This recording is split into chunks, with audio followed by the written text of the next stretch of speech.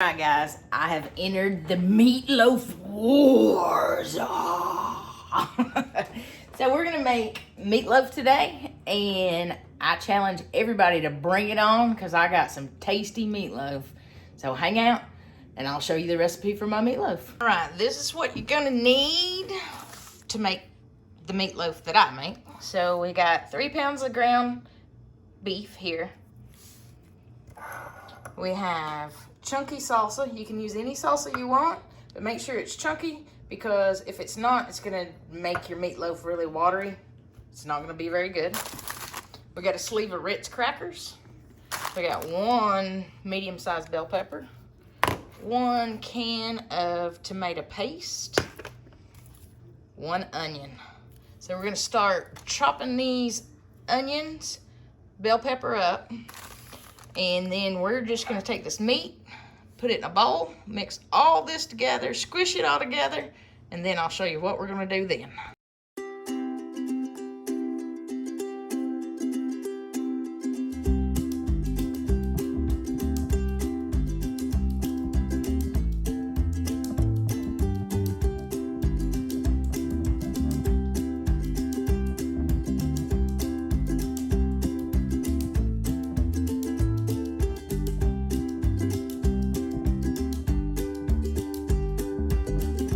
So now we're gonna start putting everything in here.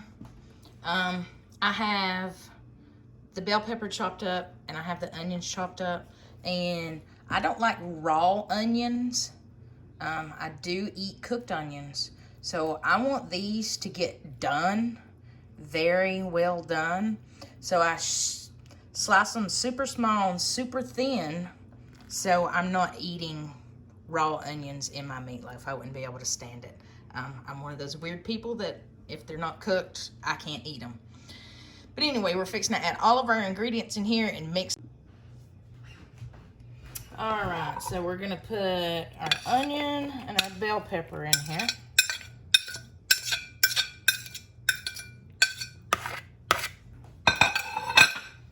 We're going to crush this sleeve of Ritz crackers, and I just kind of beat the tar out of them.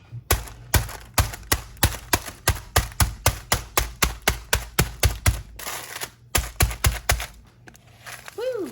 And it busted open. Look at that.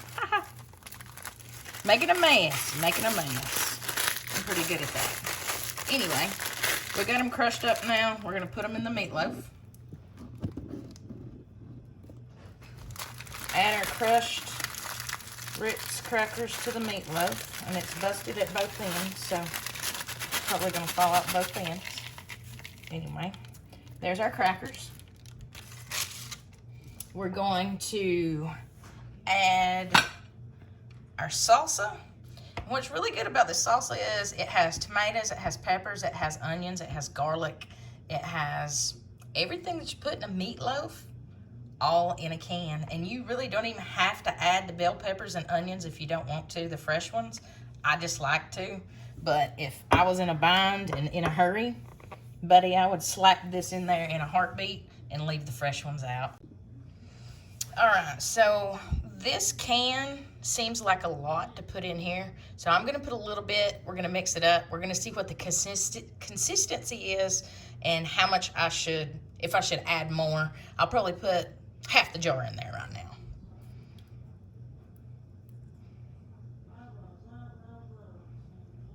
All right, half the jar is in there.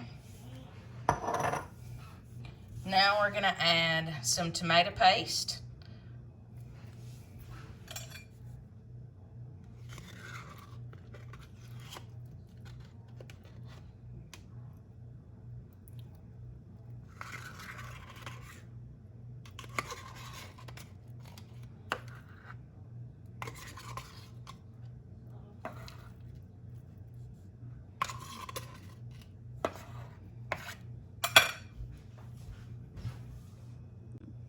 So we added the tomato paste right here, and there's some right there. This is the salsa. We're gonna add an egg. I forgot to say that you needed an egg to go in this. How could I ever forget an egg?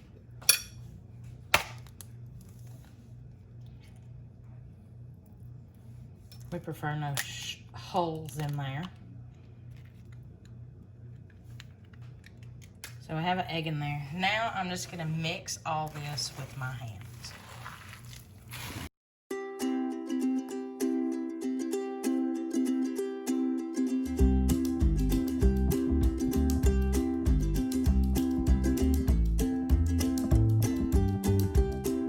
So we've got it all mixed up.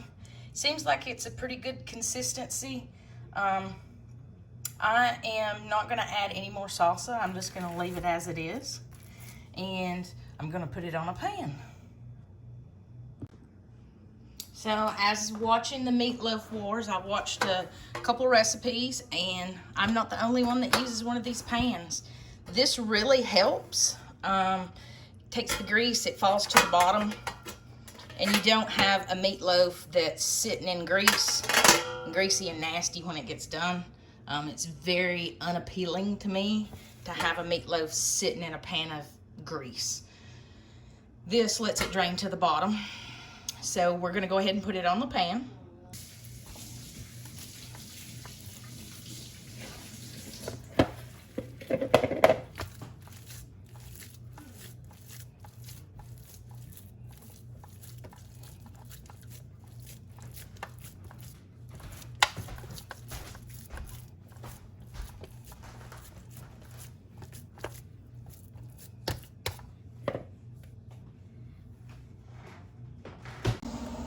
All right, so this is gonna be my secret weapon in my meatloaf. Is we're fixing to put this on a smoker, and we're gonna put a smoke ring on a meatloaf. And if you ain't never had a meatloaf that's got a smoke ring on it, it's delicious. But we're fixing to put it in here for about an hour, just on smoke. This is a Pit Boss pellet grill. We're gonna put it in here. We're gonna let it smoke for about an hour. Then we'll crank it up, go ahead and finish it off, so it'll be done. And we also got some corn on the cob and the husk up here. It's gonna be smoking with it. Stay tuned. All right, so this has been on here about an hour in the smoker.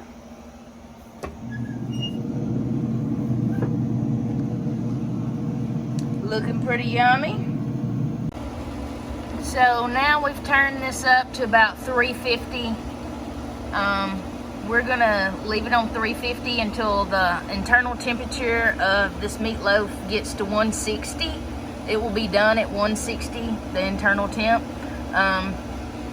But we've turned it up to 350. It's not on just smoke any longer. So we will go ahead and finish it up on 350. Should take about 30-45 minutes, and it should be 160 on the inside and ready to go. So if you can see right here, our probe that is in there says it's 176. This meatloaf is ready to pull off here.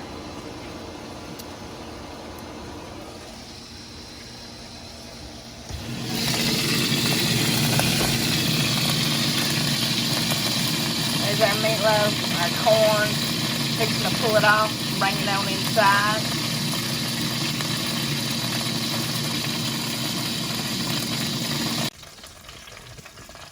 So here is that meatloaf. We brought it in. We're fixing to put some ketchup on it, and we're fixing to eat it. You can see down in there. Let's see if I can move that piece out of the way. It has, you can probably see it better on this side. It has a little bit of smoke ring on the outside of it. And if you have never had smoked meatloaf, you don't know what you are missing. It's amazing. So this is my entry in the Meatloaf Wars.